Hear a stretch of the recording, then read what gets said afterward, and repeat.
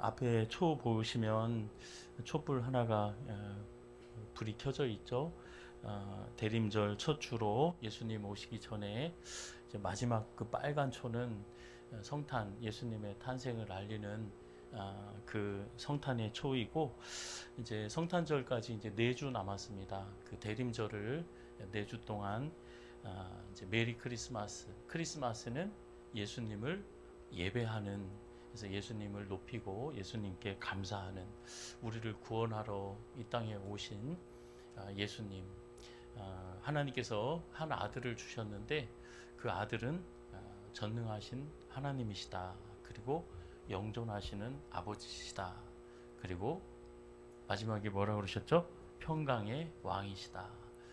그 예수님이 오신 것을, 그 성탄을 기리는, 준비하는 그 대림절로 지키게 됩니다. 그래서 다음 주는 초가 2개 켜진 것을 보게 될 것이고, 원래 전례는 우리 이 빨간 예수님 초는 마지막에 안 올려놓고 4개만 있다가 성탄절에 하나, 예수님 초가 하나가 붙여지는데, 우리는 다 이제 5개의 초를 준비하고 하나하나 이제 켜 나가도록 할 때, 요한복음에 보면 예수님이 말씀이 육신이 되어 우리 가운데 오셨는데, 그 말씀은 만물을 지으신 말씀이고, 그 말씀은 하나님의 뜻이죠. 그죠? 그 뜻, 하나님의 그 뜻이 담겨 있고 하나님의 능력이 담겨 있고, 그래서 말씀으로 창조하시고, 그 말씀이 오셨는데 빛으로 오셨다 그럽니다. 빛으로 이제 오시는 거죠.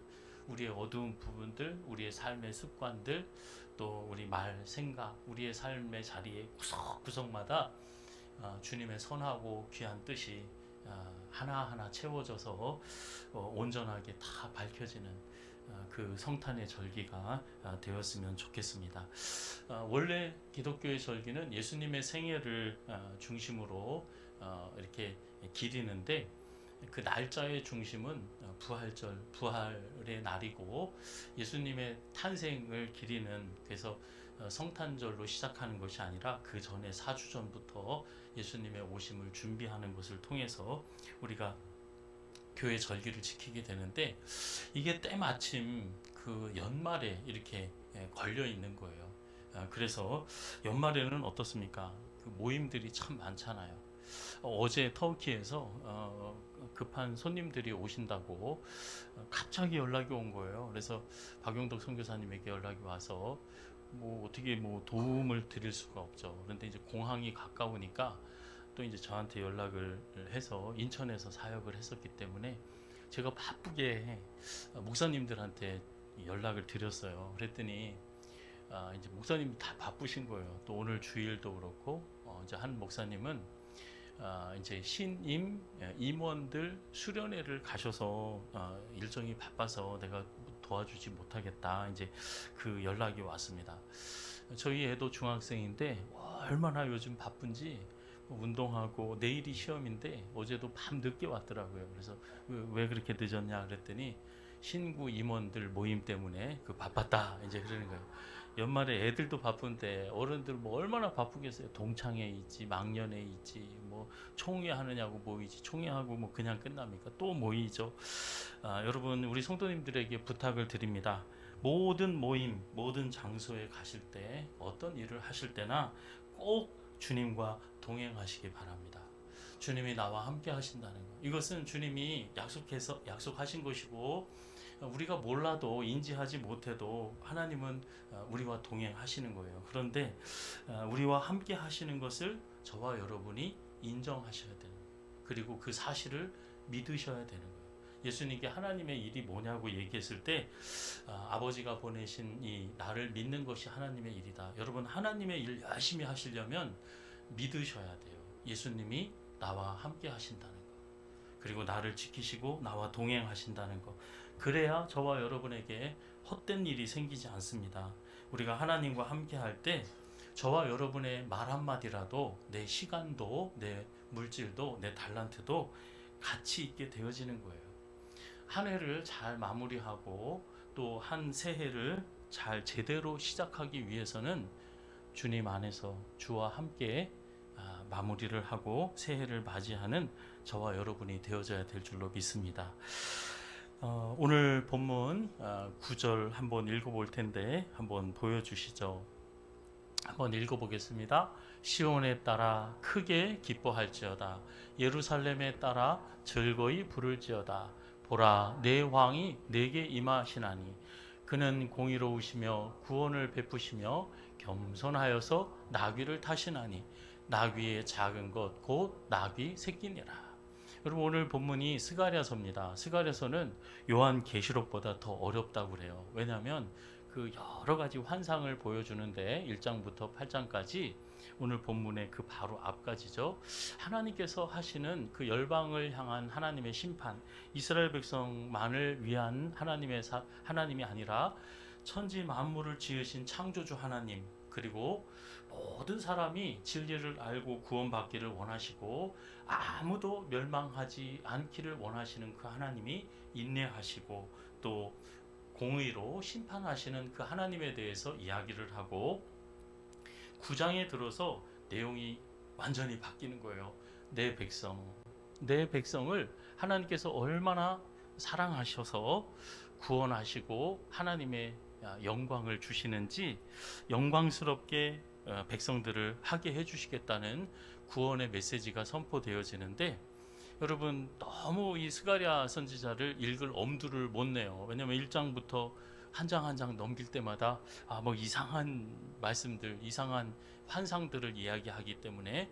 그런데 전체 내용을 보면은 예수님에 대해서, 예수님이 은 30에 팔리실 것, 가장 가까이서 정말 누구보다도 속을 알고 가까이 했던, 그 서로의 형편을 잘 알았던 가룟 유다가 예수님을 어떻게 하죠? 은 30에 팔아 넘기죠. 그 사실을 예언합니다. 그리고 예수님의 십자가의 고난을 예언하고 오늘 우리가 읽었던 본문처럼 보라, 내 왕이 내게 임한다. 경성아, 내 왕이 너에게 임하는 거야. 하나님이 말씀하시는 거예요. 내 왕이 있니? 내 왕이 너에게 임할 거야.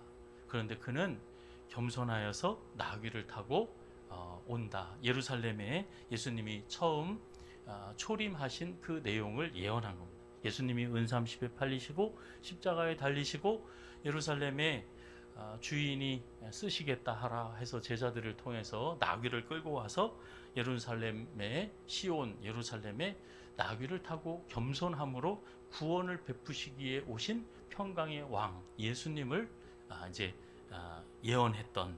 그래서 오늘 본문에 보면 처음에 시온에 따라 예루살렘에 따라 이렇게 얘기합니다. 시온이랑 예루살렘은 같은 말이죠.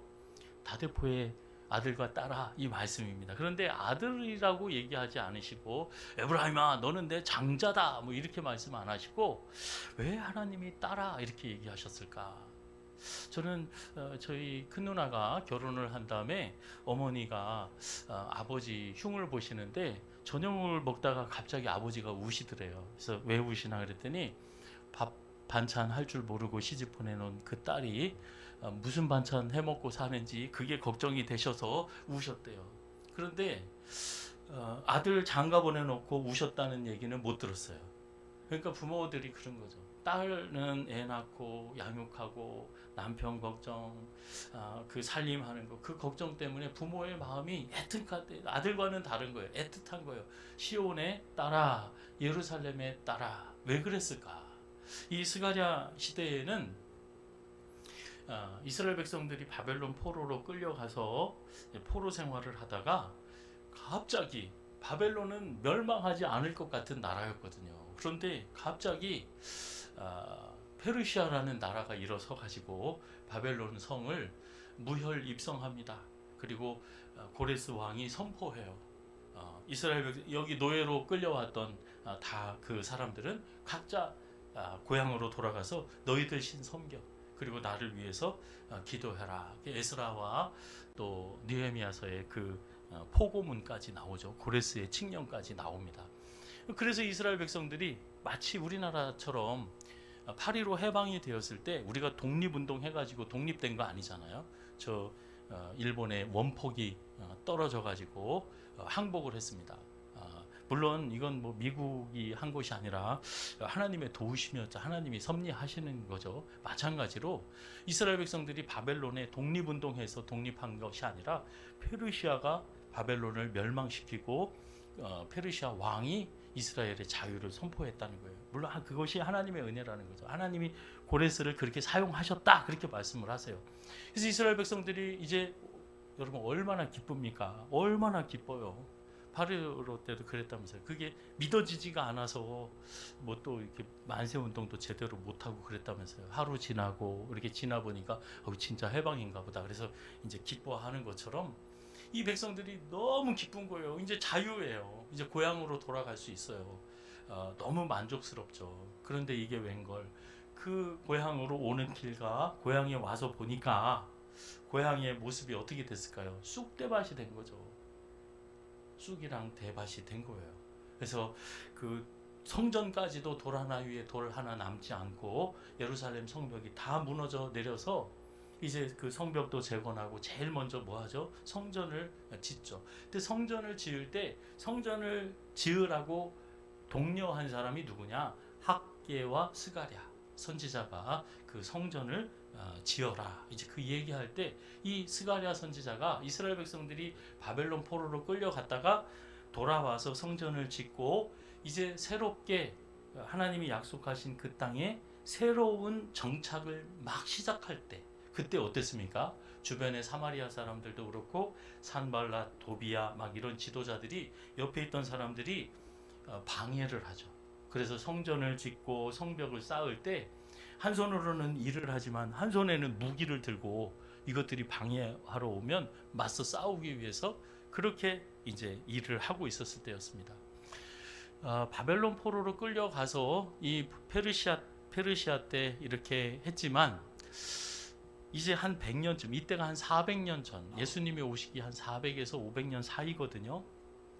한 100년 뒤에는 이 페르시아도 또 망하는 거예요. 누구한테 망하느냐? 마게도냐의 왕 빌립이 그 아들 알렉산더 때 그 헬라 제국 그리스가 또 이 페르시아를 집어삼키는 거예요. 이때 또 주변에 오늘은 9절을 읽었는데 1절에서 8절까지 보면 다메섹과 시리아 다메섹과 이스라엘 근처의 그 블레셋 족속들, 아스글론, 또 에크론, 가자, 지금 가자, 그 풍요하고 좋은 땅은 다 블레셋 사람들이 차지하고 계속 이스라엘을 괴롭혔던 사람들이거든요. 그리고 시리아 저 위로는 두로와 시돈에 이르기까지 그 나라들이 멸망할 것을 예언하는 거예요. 이제 페르시아, 헬라가 쳐들어와서 그것도 다 멸망하게 될 거다. 그러나 지금 볼 때는 여러분 미국이 망할 것 같습니까? 중국이 무너질 것 같아요?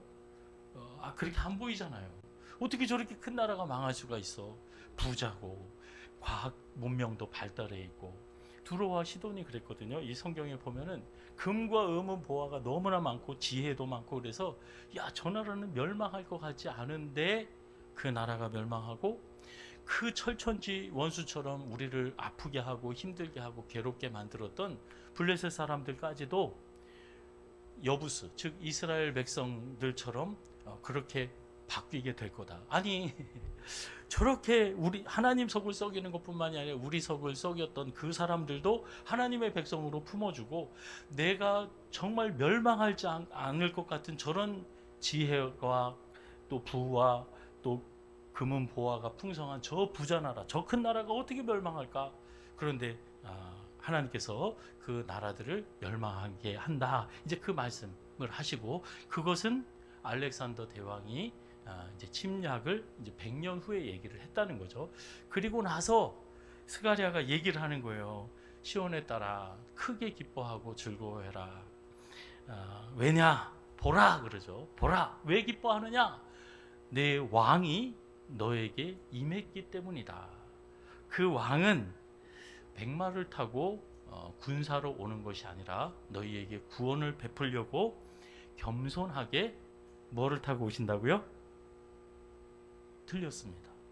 그냥 나귀입니까? 새끼 나귀를 탔다. 나귀 새끼를 타고 오셨다. 그 말씀을 합니다. 스탠리 존스라고 유명한 선교사님이 계세요. 어떤 분들은 사도 바울 이후에 가장 위대한 선교사다. 그리고 1900년대 어르신인데 평생 인도 선교를 하셨던 분이에요. 이분이 순례자의 노래라는 그 자서전을 씁니다. 그러면서 맨 앞에 무슨 얘기를 하냐면 이 세상의 모든 사람들은 노래를 부른다. 그리고 그 노래에 이유가 다 있다는 거예요. 송대관은 쨍하고 해뜰 날 돌아오기 때문에 나는 그 날을 기다리면서 노래하는 거죠.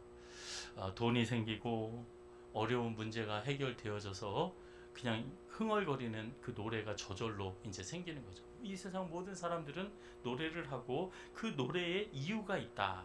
그런데 나는 그 노래의 나의 이유는 단 하나, 예수 그리스도다. 그리고 내 노래의 제목은, 주제는 예수다. 그래서 나는 가정에 있든지 어느 곳에 있든지 혼자 있든지 많은 사람들 앞에 있든지 내 노래의 주제는 예수님이라는 거, 그렇게 고백을 했거든요. 오늘 본문도 스가랴가 그렇게 얘기하는 거예요. 이 사람들은 전쟁이라면은 소름 끼치는 거예요. 왜? 북이스라엘의 열지파가 아수르한테 무너지고 또 바벨론한테 남유다가 무너지고 왕이 이제 눈이 뽑히고 그 앞에서 자식들이 죽어나가고 자기도 포로로 끌려가고 이제 남유다가 무너질 때 요시야 왕이 애굽 왕 바로 왕 느고에 맞서기 위해서 무기토로 나갑니다. 그래서 거기서 죽임을 당해요. 여러분, 아수르와 애굽과 바벨론이랑 어떻게 그 싸움에서 이길 수 있겠어요? 모든 수백 년 동안 모든 전쟁에서 이 이스라엘은 맨날 지는 거예요. 그래서 전쟁하면 몸서리 치는 거예요. 소름 끼치는 거예요. 내 아들 뺏어가고 부모 잡아가고 내 아내 잡아가고 내 모든 거 뺏기는 그 전쟁, 너무 아픈 거죠. 그 아픔 가운데 예수님께서 오셔서 예수님이 기쁨이 되어 주신다는 거죠. 왜? 그 이유를 말씀하는데 겸손히 구원을 베푸시는데 그 구원의 내용을 10절에 이렇게 얘기합니다. 한번 보여주시기 바랍니다. 10절 말씀 이제 보면 한번 같이 읽겠습니다. 내가 에브라임의 병거와 예루살렘에 끊겠고 전쟁하는 활도 끊으리니 그가 이방 사람에게 화평을 전할 것이요 그의 통치는 바다에서 바다까지 이르고 유브라데 강에서 땅끝까지 이르리라. 여러분, 보라, 내 왕이 너에게 임할 거다. 그리고 그 왕이 구원을 베풀 텐데 그 왕이 하는 일은 에브라임은 북이스라엘을 상징하고 예루살렘은 남유다를 얘기합니다. 내 백성들의 삶 가운데서 병거와 말을 끊겠다. 그리고 전쟁하는 활도 끊겠다. 여러분, 평강의 왕이신 예수님께서 오셔서 하시는 일을 보여주시는 거예요. 끊고 끊는 일을 하시는 거예요. 하나님이 우리 주 예수 그리스도가 저와 여러분의 왕이 되실 때 제일 먼저 나타나는 일은 샬롬, 평강입니다. 그 주님의 통치가 일어날 때 에브라임의 병거, 예루살렘의 말, 그리고 전쟁하는 활을 끊겠다. 이방 사람들 얘기가 아니에요. 내 백성들 가운데 병거는 뭡니까? 손수레인데 그 안에 뭐가 들어있어요? 무기가 가득한 거예요. 엿을 팔고 가방을 팔고 신발을 팔고 뭐 쌀자루를 나르는 게 아니에요. 다른 사람들 찌르고 베고 쏘고 죽이고 짓밟고 빼앗기 위해서 전쟁을 위한 병거. 나는 내 백성 가운데 그 병거를 끊어버릴 거야. 그리고 말. 예수님이 나귀 타고 오신 거랑 완전히 반대가 되죠. 나귀 타면은 전쟁에서는 비 오듯 쏟아지는 그 화살에 다 맞아 죽습니다. 쏜살같이 말 타고 달려가지고 찌르고 피하고 그래야 이기는 거예요. 그 병말을 끊어버리겠다. 숨고 막 그냥 그 모습을 한번 생각을 해보세요. 전쟁하는 활이 어떻습니까? 누가 나를 활로 이렇게 겨눈다고 한번 생각을 해보세요. 그것을 뭐 하시겠다? 끊으신다. 그리고 이스라엘 백성들뿐만이 아니라 이방 모든 사람에게 화평을 전할 것이다. 그리고 그의 통치는 바다에서 바다까지 땅 끝까지 이르게 될 것이다. 이것은 예수님이 우리 가운데 오셔서 하시는 일, 예수님을 나의 왕으로 영접한 사람들 가운데 하나님께서 축복해 주시는 그 이스라엘 백성, 하나님의 백성의 회복을 약속하는 말씀입니다. 11절 말씀에 보면 또 이렇게 얘기합니다. 한번 같이 읽어보겠습니다. 또 너로 말할진대 내 언약의 피로 말미암아 내가 내게 갇힌 자들을 물 없는 구덩이에서 놓았다. 여러분, 물 없는 구덩이에 빠진 사람이 요셉과 예레미야였었는데, 예레미야서에 보면 예레미야를 그 물 없는 구덩이에 빠뜨리고 그 사람들이 하는 이야기가 있습니다. 예레미야가 거기서 굶어 죽을 거다. 물 없는 구덩이, 거기에 갇힌 사람을 놓아주시는데 완전 절망이죠. 우리가 살아날 가능성이 없는 영적인 멸망이죠. 그곳에서 구원하시는데 내 언약의 피로 구원하신다. 이 말씀이 뭐냐? 출애굽기 24장에 보면, 출애굽기 20장에는 10계명이 나옵니다. 하나님이 백성에게 말씀을 주시는 거죠. 10가지 계명. 그리고 21장에서 23장까지 보면 이 10계명에 대해서 자세히 풀어서 하나님과 안식일 관계, 또 안식년의 관계, 또 이웃들과 부모와 형제와 이웃들, 원수에게까지라도 서로 해를 끼치거나 서로 어떻게 윤리적으로 말하고 행동하고 살아가야 되는지 그 내용을 20장부터 20장에는 10계명, 그리고 그 이후에 23장까지 자세한 계명들을 말씀하시고 24장에 보면 모세가 그 율법을 다시 기록해서 백성들 앞에서 읽습니다. 그리고 12지파의 대표 청년들을 나오라고 해서 이제 제단을 쌓고 거기에 제사를 드려요. 제물을 드린 화목 제물, 그 번제를 드리고 나서 그 제물들의 피를 받습니다. 그 피를 받아서 그 반은 제단에 뿌리고 그 반은 모세가 이렇게 얘기를 해요. 모세가 피를 가지고 반은 제단에 뿌리고 언약서를 가져다가 백성들에게 낭독하여 듣게 하니 백성들이 여호와의 모든 말씀을 우리가 준행하리이다. 우리가 이 하나님이 나에게 주신 말씀을 다 지키겠습니다 했을 때 그 제단에 뿌린 반의 피, 나머지 남은 반의 피를 백성들에게 뿌립니다.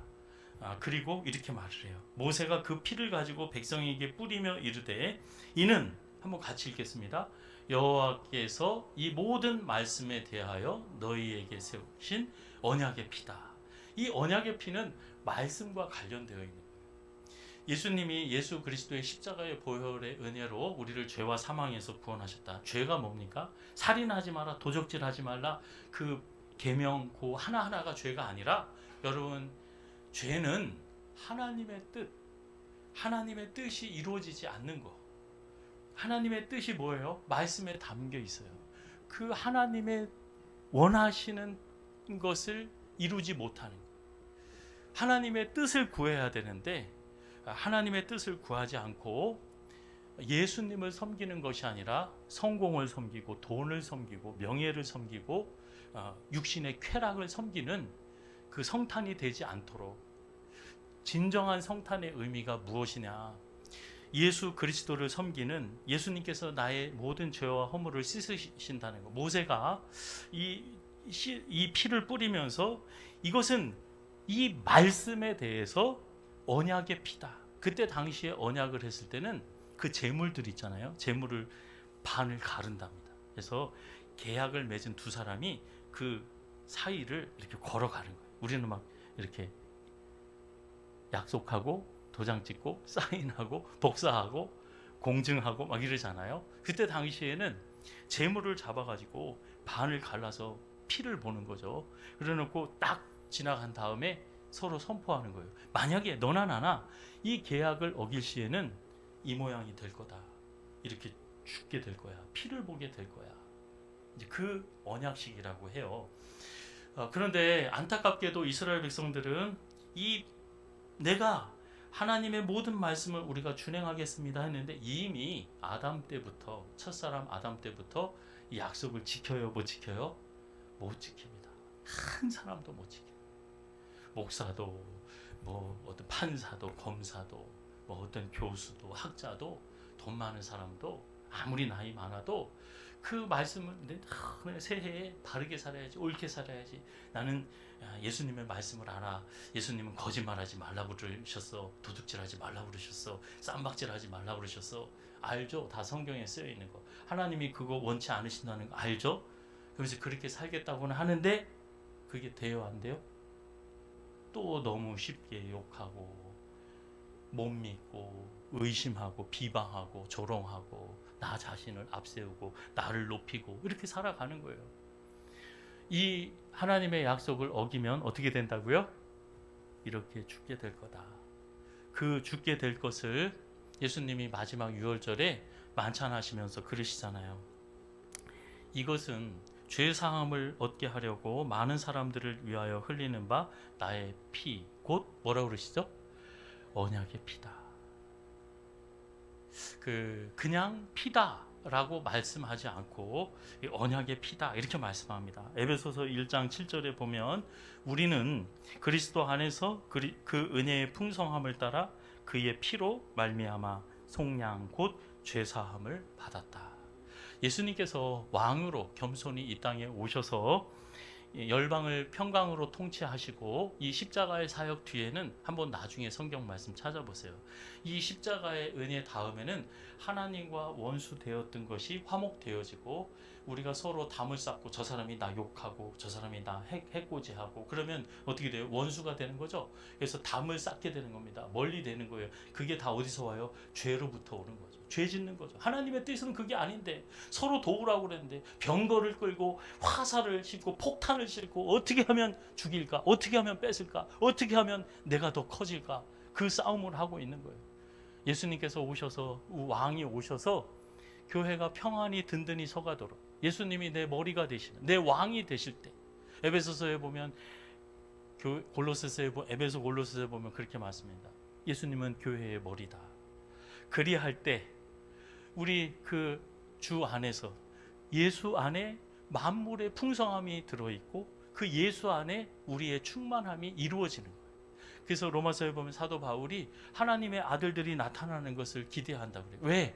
그때에서야 예수님이 우리의 왕이 되어지실 때 하나님의 자녀들의 삶의 자리가 있을 때 우리는 이 충만하다는 것은 샬롬을 말하거든요. 평화, 평강의 왕으로 오셨다. 그리고 샬롬으로 통치하신다. 즉 그 무엇도 부족함이 없는 충만한 것으로 부족함이 없는 철철 넘치는 그 충만함이 이루어지는 그 모든 충만함이 어디 안에? 그리스도 예수 안에 있고 우리가 예수 안에 있을 때 그 모든 충만함을 그 샬롬, 평강함을 누릴 수 있다는 거예요. 예수님께서는 십자가의 은혜로 우리 가운데 구원을 베푸시는데 예수 그리스도의 보혈로 우리 하나님과 나 사이의 평화를 이루시고 원수 되었던 우리 모든 형제들 가운데 담을 쌓고 미워하고 증오하던 그 병마와 화를 다 끊어버리시고 화평의 구원을 이루시는 우리 주님이신 줄로 믿습니다. 마지막으로 예수님께서 우리의 죄를 구원하셔서 하나님이 원하시는 뜻을 이루어 주시는 것뿐만이 아니라 16절 한번 17절에 보시면 깜짝 놀랄 그 말씀을 하십니다. 우리 우영이 위해서 제가 잠깐 기도할 때 이 문구를 사용했는데요. 하나님의 약속이에요. 내 왕이 보라, 내 왕이 너에게 임했다. 제가 기도하고 찬양할 때 이런 적이 있어요. 찬양을 내가 음도 잘 맞추고 요즘 찬양이 아니라 노래 경연 대회가 많잖아요. 저 그거 엄청 좋아하거든요. 막 그 그림 그리거나 막 만들거나 글을 쓰거나 이 사람들의 그 노력이 들어 있으니까 그럼 막 그 노래하면은 막 서로 뭐 관중들과 대화하는 듯하고 뭐 음과 저 뭐 어떻고 저떻고 막 칭찬을 합니다. 그러면 내가 찬양을 하면서도 하나님이 나 어떻게 이렇게 나 이거 이래가지고 내 온 마음이 안 담긴 것 같은 정성이 안 담긴 것 같은데 그런데 하나님이 그러시는 것 같더라고요. 경성아, 찬양은 이 자리에서 내가 그 박자 맞추는 게 아니야. 찬양을 잘하려면 노래 잘하는 게 아니라니까. 하나님은 우리의 삶이 찬양이 되기를 원하신다는 거. 우리가 기도할 때 내가 뭘 기도해야 응답 받을까? 이렇게도 해주시고 이거 암이래요. 암. 그리고 이렇게 힘들어요. 이렇게 자녀가 속을 썩인대요. 이런 문제가 있대요. 저런 문제가 있대요. 이거 하나님 고쳐주셔야만 되겠습니다. 해결해 주셔야만 되겠습니다. 그럴 때 경성아, 그게 네가 진짜 소원이니? 나는 너의 기도를 알아. 내가 뭘 원하는지. 이 기도의 시간 나한테 구하는 것뿐만이 아니라 내가 평소에 내 모든 삶을 나는 보고 있다. 네 소원이 뭔지. 그게 나한테 기도하는 거야. 하나님께서는 저와 여러분 구별된 시간에 어떤 특별한 것을 가지고 남들보다 뽐내면서 하는 것이 아니라 저와 여러분의 앉고 일어섬을 보시고 들으시고 그 소원을 아시는 분이죠. 우리와 함께 하시는 하나님. 하나님이 나와 함께 하시는구나. 나는 그때 하나님이 나와 함께 하신다는 걸 몰랐는데, 여러분 과거 다 돌아보세요. 그 모든 과거에 하나님 함께 하셨어요. 앞으로 어떤 꿈을 꿔보세요. 그 모든 꿈 가운데 하나님이 함께 하실 거예요. 내가 몰라서 그렇지. 그리고 하나님은 우리를 살피세요. 정말 찬양하고 하나님을, 예수님을 높이는지, 돈을 높이는지, 성공을 높이는지, 육신의 욕망을 쫓아서 살아가는지, 크리스마스가 아니라 머니마스, 돈 예배, 성공 예배를 드리는지, 자기 육신의 욕망을 하는 메리 크리스마스. 우리가 기쁜, 메리는 기쁜 거거든요. 기쁘게 예수님을 예배하는 거, 높이는 거. 여러분, 우리의 기쁨이 아니라 정말 저와 여러분의 삶이, 찬양이, 기도가 내가 평상시에 무엇을 원하고 소원하면서 살아가는지, 나는 너의 기도가 그거를 보고 있어. 그 삶이 정말 예수님을 높이는. 그래서 메리 크리스마스가 나의 메리 크리스마스, 세상의 메리 크리스마스가 아니라 하나님이 기뻐하시는, 하나님이 메리하시는 예수님을 높이는 성탄절이 되어지기를 예수님의 이름으로 축원합니다.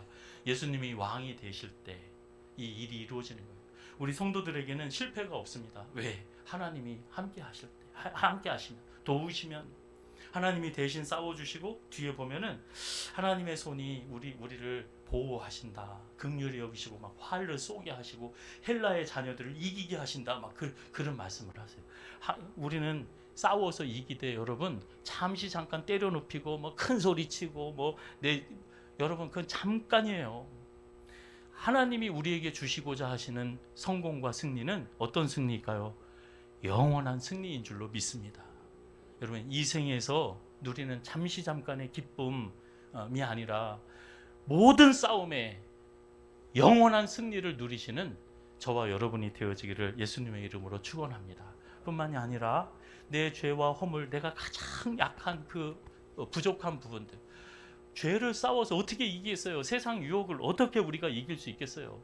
그 넘어지고 실패해도 그 모든 가장 취약한 부분을 아시고 우리를 불쌍히 여기시고 구원해 주시는 그 하나님의 은혜뿐만이 아니라 우리가 시험을 이기고 또 유혹을 이기고 고난을 극복하는 그 믿음뿐만이 아니라 오늘 16절에 보면 그 말씀 하시는 거예요. 이렇게 말씀하세요. 그들이 왕관에 뭐와 같이? 보석과 같이. 저와 여러분을 하나님의 영광, 우리가 의롭다함을 받을 뿐만이 아니라 영화롭게 해주신다는 그 사도 바울의 말이 이거예요. 하나님이 왕이, 경성아, 내 왕이 너에게 임하셨어. 너는 그 사실을 인정해. 그리고 그 뜻을 받아들여. 하나님의 뜻을 받아들이고 순종해. 그리하면 너는 모든 싸움에 다 질 수가 없어. 너는 영원한 승리를 얻게 돼. 그리고 너는 왕관의 보석과 같은 존재가 되어질 거야. 예수님이 우리 가운데 오신 이유입니다. 이것이 예수님 하나님의 목적이에요. 여러분 이사야서 62장 3절에 보면 너희는 하나님 손안의 왕관 면류관이다. 저는 그 말씀 가지고 하나님이 나를 이렇게 귀하게 여기시는구나. 특별한 소유구나. 세상의 모든 귀한 것들로 다 치장하는구나. 스가랴서는요. 그 너희는 왕관의 뭐라고 그래요? 보석이다. 이 의미가 뭘까 생각해 봤어요. 여러분 요즘 금값이 엄청 비싸죠. 금값이 아무리 비싸도 10돈짜리 두 링을 끼워도 그 옆에 얇은 금반지가 있더라도 그 위에 반짝반짝거리는 다이아가 딱 올라가죠? 그러면 금이 두꺼워도 소용없어요. 어떤 게 더 비싸요? 보석이 있는 게 더 비싼 거죠. 가짜만 모르는데 진짜라면. 근데 우리 성도님들은 다 청렴결백하게 사시기 때문에 보석에 대해서 관심이 없으신가 봅니다. 보석이라는 것은 옆 사람이랑 한번 이렇게 인사를 해볼게요. 마지막으로, 당신은 우리 교회의 보석입니다. 너희는 왕관의 보석이 될 거야. 이 이야기는 그 왕관의 보석은 그 가치를 높여주잖아요. 우리 성도님들이 무슨 말을 하고 기도를 어떻게 하고 헌신을 어떻게 하고 성도와 관계를 어떻게 맺느냐, 그것이 하나님의 이 믿음의 공동체의 가치를 높여주는 거예요. 보석과 같은 존재. 그런데 이 보석의 역할은 누가 하느냐? 모든 싸움에 누가 이기느냐? 예수가 왕인 사람. 보라, 내 왕이 너에게 임하였다. 그래서 저는 세상에 제일 아름다운 보석, 뭐 다이아몬드, 사파이어가 뭐 제일 비싼지는 모르겠어요. 그 크기가 어떤지는 모르겠어요. 저는 제일 큰 보석을 알게 됐어요. 예수님을 왕으로 모시는 성도가 가장 귀한 보석, 영원한 보석인 줄로 믿습니다. 열방을 비추는 보석.